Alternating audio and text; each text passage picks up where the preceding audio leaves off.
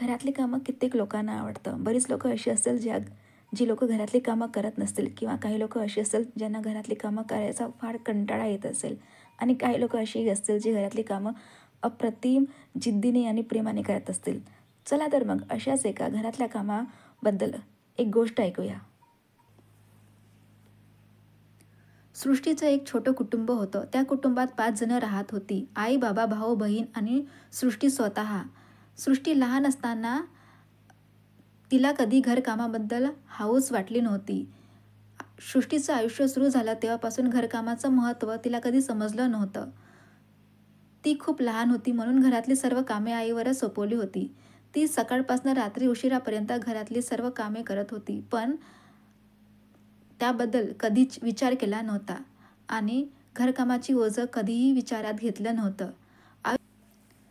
आयुष्यात एक वळण तेव्हा आलं जेव्हा सृष्टी 15 वर्षाची होती.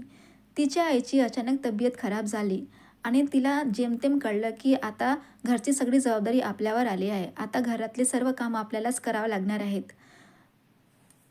या अगोदर सृष्टीने कधीही कुठलंच कामं कधी केलं नव्हतं, पण आता मात्र घरकामाची संपूर्ण जबाबदारी सृष्टीवर येणार होती. ती हळूच आईजवळ जाते आणि तिची आई सांगते की तुला आता मोठं होणं आवश्यक आहे. तुला घरकाम समजावून सांगावं लागेल. आपल्या घरातल्या कुटुंबातल्या लोकांसाठी योग्यतेसाठी घरकाम महत्त्वाचं आहे. सृष्टीने आईची गोष्ट विचारपूर्वक घेतली. सृष्टी पहिल्यांदाच आईच्या सांगण्यावरनं घराच्या कामाला करण्यास सुरुवात करणार होती. आईने काही गोष्टी सांगितल्या. चहा कशा बनवायचा, भांडी कशी धुवायची, कपडे कसे धुवायचे. सगळं शिकताना सृष्टीच्या मनात एकच विचार आला की हे सगळं अगदी सोपी आहे. घरकाम करा आणि घर नीटनेटकं ठेवा. प्रत्येक गोष्टीला महत्त्व द्या. पण कामाची यादी मोठी होती. स्वच्छता, कपड्याची धुणी, वाफेची तयारी, घराचे अंगण साफ करणं, जेवण बनवणं, सर्वच गोष्टीचं एक मोठं चक्र होतं. सृष्टी त्यात थोडा थोडा वेळ देत गेली. सुरुवातीला सृष्टीला थोडा त्रास होत होता. घरकामं करताना अनेकदा सृष्टी थकल्यानंतर आईला विचारत असे, आई हे किती दिवस करायचं?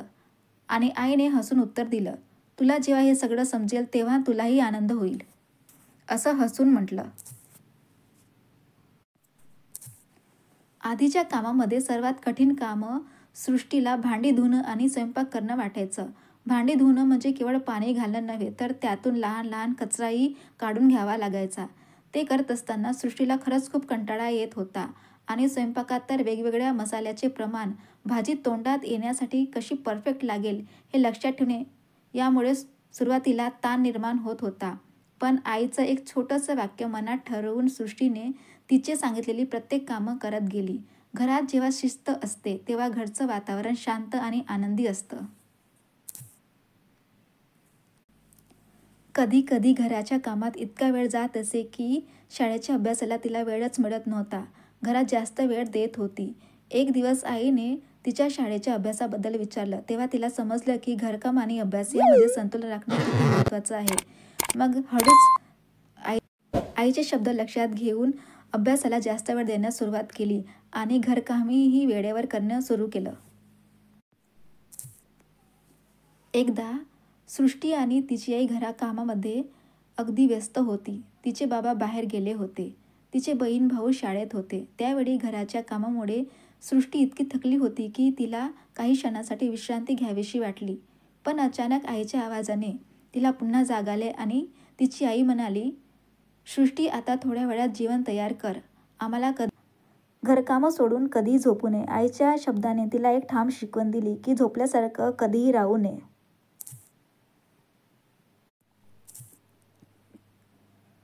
वेगवेगळ्या दिवशी घरकामं करत असताना सृष्टीने काही गोष्टी शिकल्या. एक म्हणजे घरकामं फक्त शारीरिक कष्ट करणे नाही, तर मानसिक शांती आणि आत्मविश्वास मिळवणे देखील आहे. घरकाम करत असताना घरात शांती असणे खूप महत्त्वाचं असतं. त्यासाठी प्रत्येक गोष्टीत वेळ घालवणं, कधीही घाई करू नये आणि नीट घरकाम करावं.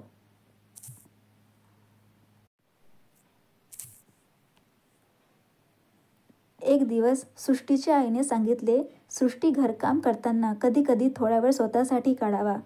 घरकामात एक चांगलं संगोपन असावं. तो दिवस विशेष होता कारण तिच्या आईने तिला स्वतंत्रपणे घरकाम करण्याची आणि त्यातून शांती आणि आनंद मिळवण्याची संधी दिली होती.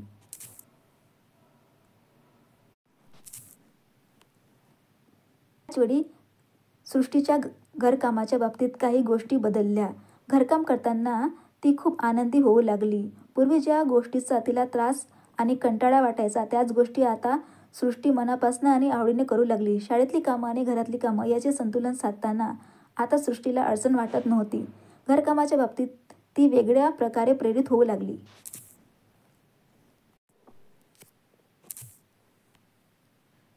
घरकाम आणि शिक्षण यांना एकत्र करून ती तिचं लक्ष वेगवेगळ्या गोष्टीतून एकत्रित करत होती. एकच गोष्ट खूप महत्त्वाची ठरली. घरकाम करणं म्हणजे फक्त शारीरिक कष्ट करणे नाही, तर त्यातून एक विचारशक्ती निर्माण होते. तुमच्या घरातला प्रत्येक छोटासा बदल तुमच्या मानसिकतेला योग्य दिशा देतो. आता ती विचार करते की घरकाम म्हणजे एक प्रकारचा आंतरिक शांतीचा अनुभव. घरकामाच्या प्रत्येक छोट्या गोष्टीमध्ये शिस्त आहे, आत्मविश्वास आहे आणि प्रेम आहे. घरकाम करताना मनाच्या गोडीने जगण्याची कला शिकवता येते. त्यामुळे ती घरकामाचं महत्त्व समजू शकली आणि आता ती खूप आनंदी आहे.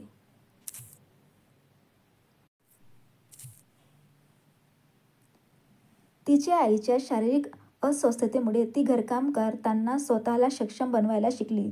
सुरुवातीला तिला घरकाम थोडं कठीण वाटलं, पण हळूहळू तिने त्यात एक नवा आनंद आणि शांती शोधली. शाळेचे अभ्यास आणि घरकाम याचे संतुलन साधलं.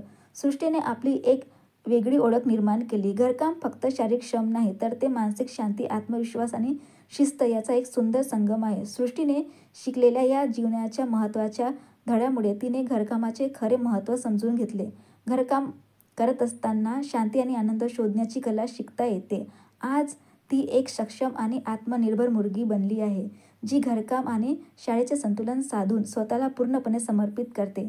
तिच्या या गोष्टीने घरकामाचे वास्तविक आणि गाहीर मूल्य समजून दिलं आहे.